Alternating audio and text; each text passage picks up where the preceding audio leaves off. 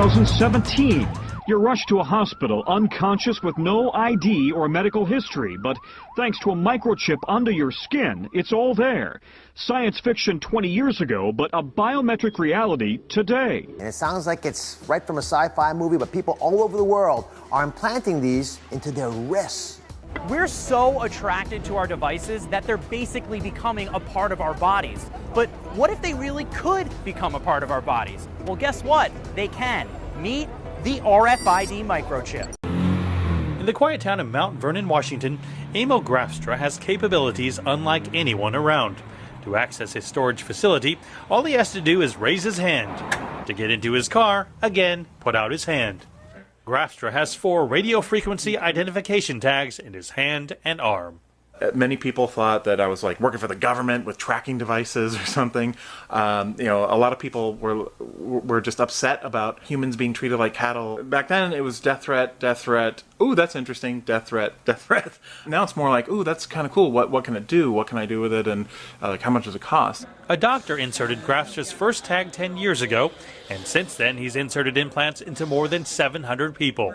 He also partners with more than 100 body piercers nationwide, who have implanted thousands more. Grafstra's company, Dangerous Things, sells $40 do-it-yourself kits, which include the tag, syringe, and non-toxic materials. The only problems that we've ever had is when somebody did it themselves and they put it in completely wrong. I mean, that's why we partner with piercers and people who are professionals. Yeah, this guy just like rammed it straight into the muscle, and that was a bad thing.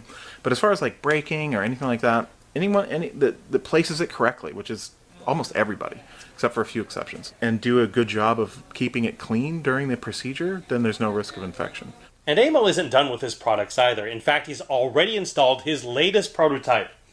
It's right here. You can see it. It's 5 times the length of the other devices, and it's called Yuki, which stands for You Are the Key. Yuki utilizes near-field communication to allow for one-time password generation, transferring contacts, Bitcoin payments, and downloading apps. Because the implants rely on power from the devices they communicate with, Grafstra is working on a non-toxic, flexible battery, even having gone so far as to insert a small solar panel into his arm temporarily for testing. It's all part of a movement known as biohacking. It goes into the body and you forget about it. And it just does its job. It's like your kidneys are working right now really hard, but you don't think about them. They become so much a part of you that you consider yourself to be a new kind of augmented person. Put this online. Grafstra says he's had customers as young as 14 and as old as 65, and even installed one in his wife, which the couple affectionately calls an engagement chip. Similar to the tech used to track your pets or your phone. Once implanted in your body, it could identify you as you pass through the airport, open the door to your home. It could even be used to buy groceries at the supermarket. Well, a grocery store with no checkout lines. Now that sounds good. Amazon is making it a reality. The dot-com giant unveiled a new brick-and-mortar store where it sells grocery essentials and pre-made meals. Customers check in at the entrance of the store using the Amazon Go app. Shoppers grab whatever they want and just leave. Amazon says it tracks purchases using computer vision and advanced sensor technology. I can't believe he just paid with his hand. Like, you just literally put your hand up and you're good to go. Like, that's crazy. Identification in a digital world is crucial. From voting to healthcare to online biometrics, ensure the security of those transactions and ensure a fast, frictionless customer experience as well. How did biometrics come about? It really wasn't called biometrics, it was called fingerprinting, understanding that your fingerprints were a unique identifier to ensure that you were you. There's iris image, face, voice. Some people are working on gait biometrics in terms of how you walk. Thank you. You have been identified. Innovations about bringing people what they didn't know they want. Aviation and travel where there's all these bottlenecks and lines. Sports stadiums where you're seeing the same thing. Healthcare where somebody wants to know that you are you and all the things associated with your healthcare. When you're taking out a credit card and payment. Longer term, voting, it's all places where somebody wants to ensure your identity in the next 5 to 10 years. We will look back on pictures of all of us carrying around driver's license and credit cards and keys and question why we did that, sort of like my kids now question the rotary phone. More now of our special coverage here tonight, life in the U.S. in 10 years' time. By that time, there may be all kinds of new ways to safeguard and identify all those things that make each of us unique, our faces, even our fingerprints, even our eyes. The technology is based on answering one simple question. Am I who I say I am? Already, fingerprints and iris scans verify passenger identities at airports. Within 10 years, that technology may be even more widespread.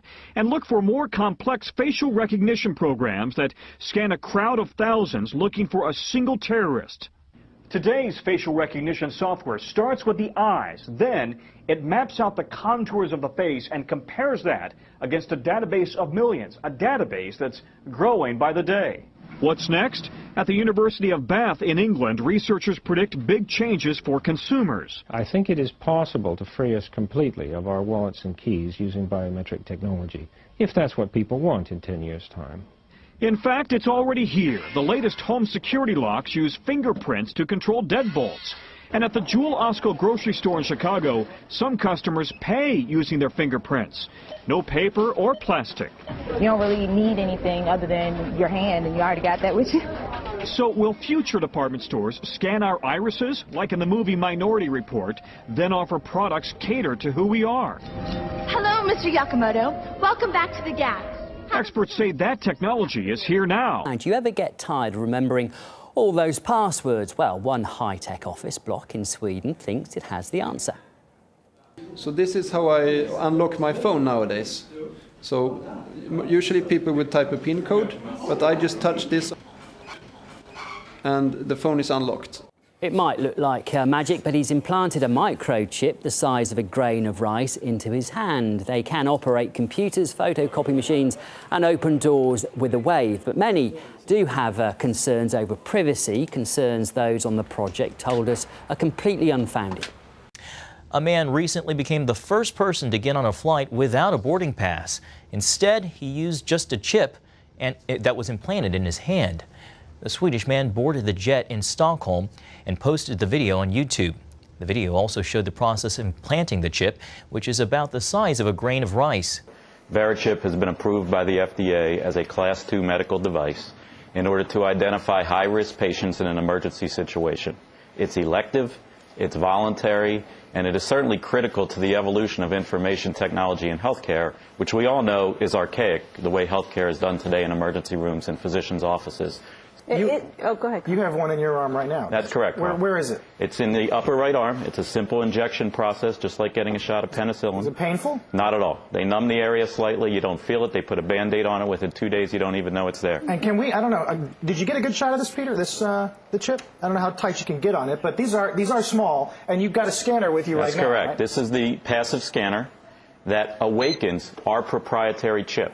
It is not an active RFID tag that they have in retail environments where the technology is used for the benefit of the retailer. This is used for the benefit of a patient, a high-risk patient, being brought into an emergency room. Okay, that's what you plan to use it for, but is there a way that it could ever be twisted or turned, or somebody else could get aware? It's not the chip itself that turns it on, it's the reader. That's correct? right. The chip itself, Becky, as you know, has a unique 16-digit identifier. Even if I have one of these readers, even if I'm a bad guy that has one of these readers, and I scan your arm, all I'm going to get is a 16-digit identification number. The relevant information is stored on a database. Revelation 13:16 reads, "And the second beast required all people, small and great, rich and poor, free and slave, to receive a mark on their right hand or on their forehead." That foreboding passage leads us to the small hamlet of Geneva, Switzerland, where the elite go about doing Lucifer's busy work. Geneva, Switzerland, home of the European headquarters of the United Nations and CERN. Geneva hosts the highest number of international organizations in the world. including the United Nations High Commissioner for Refugees, the United Nations Office of the High Commissioner for Human Rights, the World Health Organization, the International Labor Organization, the International Telecommunication Union, the World Intellectual Property Organization, and apart from the United Nations agencies, Geneva also hosts many intergovernmental organizations such as the World Trade Organization, the World Economic Forum, the International Organization for Migration, and the International Committee of the Red Cross. It is here in Geneva, Switzerland, where all of your personal data will be stored as you and your loved ones are chipped like animals, tracking your every movement, only to hit you with carbon taxation 24/7 under the incoming Agenda 2030 that is creeping its way into your community. RFID has gained a strange and rapid popularity over the past decade. And now people are openly chipping themselves and posting videos online about their experiences. Other implantable devices are also being popularized by the mainstream media, now more so than ever. Why have these device implants become so popular? We've seen sources pushing this message for some time now. BuzzFeed, a YouTube channel that knowingly pushes New World Order propaganda, just featured a segment of a man who used an RFID implant to pay for all of his bills. Is it a fakery, or is there really something about this chip? The RFID chip is exceptionally dangerous, and there is a reason why. It hardwires you to the World Wide Web, the Matrix. RFID chips and other implants can interact with your body and collect data, and upload this data to the www that was birthed at CERN in 1989. The fact is that programmed microchips are so advanced in 2016, they can collect massive quantities of information on just about every aspect of your body, including tracking disease progression, tracking blood glucose levels, tracking hormones, etc. Early on, RFID implants were marketed to high-risk populations, such as the elderly, people with dementia, people with diabetes or epilepsy.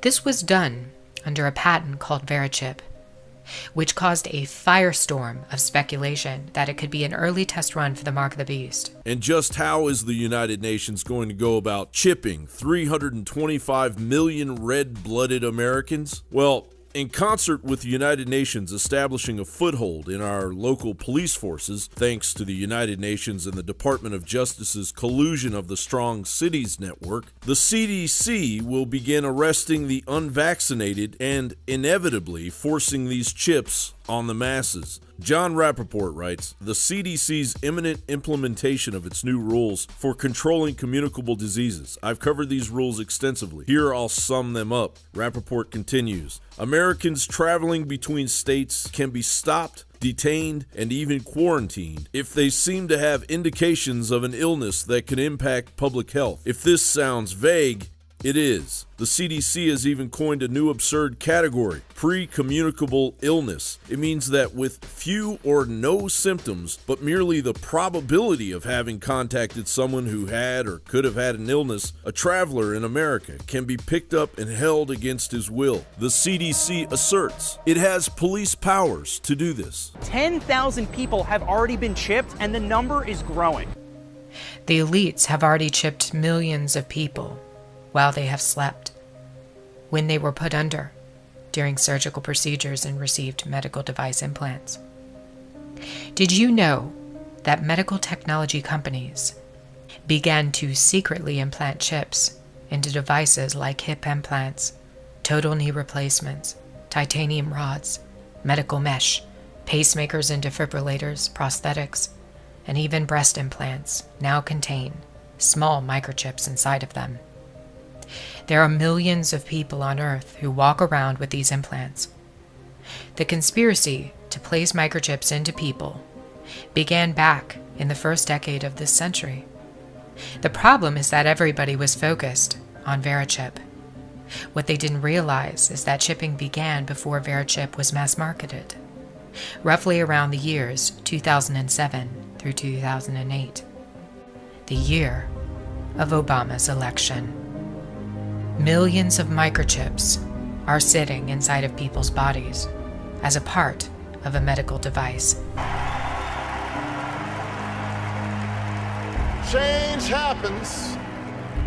Change happens because the American people demand it. Eventually what's happening is that we are being led bit by bit through, to use the Skinnerian term, from shaping, through the successive approximation to ultimately having within our bodies an RFID chip that will be implanted, that people will stand in line and in queues for to have, so that ultimately we will have in our bodies, because what we're doing right now, Lindsay, is we're slowly moving towards that.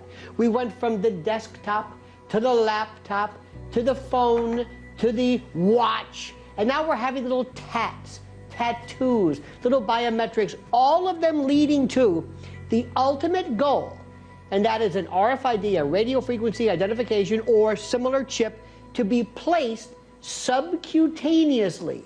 And that chip, Lindsay, will have everything about you there is. Your bank account, your GPS location, and you will do it. You will get one. Because after all, it will also have the siren call of medical information. And then one day, God forbid, not you, one day when people are found guilty of, let's say, crimes, they're not going to be put into the Hoosgow, in the pokey. No. Their chip is going to be turned off and poof. All right, this next story may sound like something out of, well, a Hollywood thriller. A Saudi inventor has created a killer microchip. It's designed to track terrorists and criminals and, well, you can think of somebody.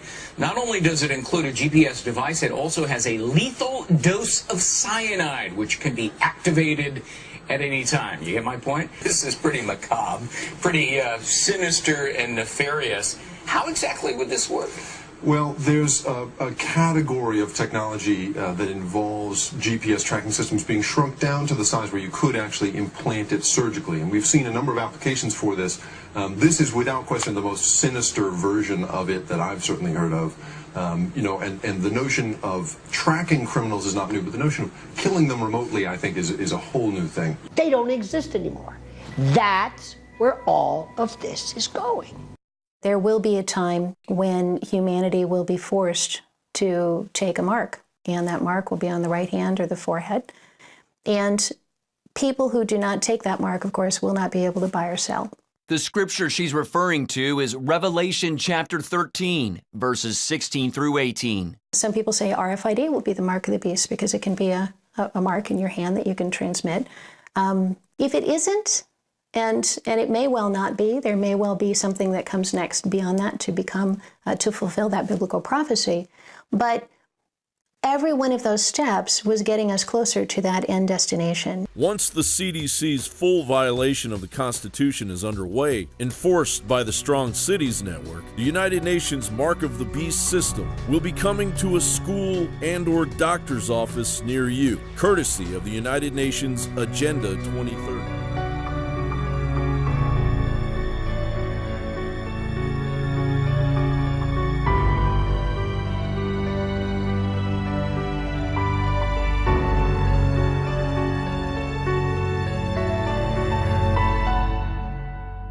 Do-it-yourself kits, which include the tag, syringe, and non-toxic materials. The only problems that we've ever had is when somebody did it themselves and they put it in completely wrong. I mean, that's why we partner with piercers and people who are professionals. Yeah, this guy just like rammed it straight into the muscle, and that was a bad thing. But as far as like breaking or anything like that, that places it correctly, which is almost everybody, except for a few exceptions, and do a good job of keeping it clean during the procedure, then there's no risk of infection.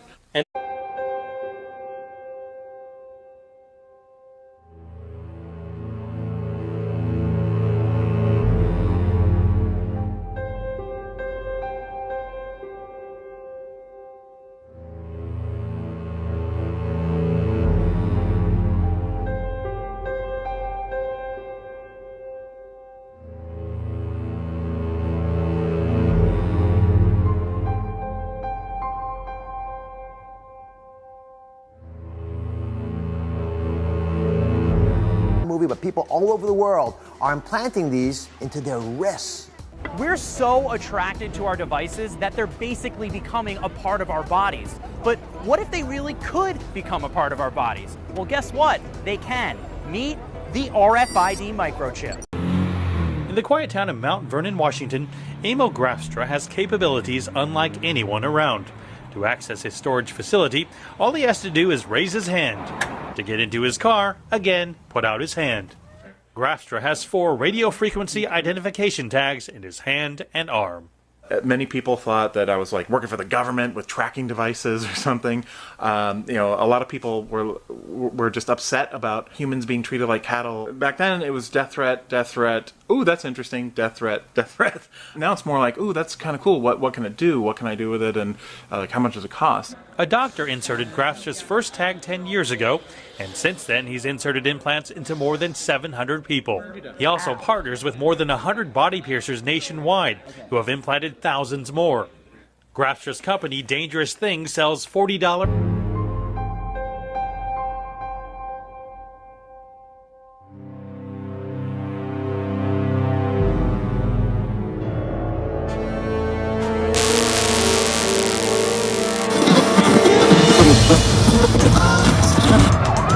The year is 2017. You're rushed to a hospital unconscious with no ID or medical history, but thanks to a microchip under your skin, it's all there. Science fiction 20 years ago, but a biometric reality today. And it sounds like it's right from a sci-fi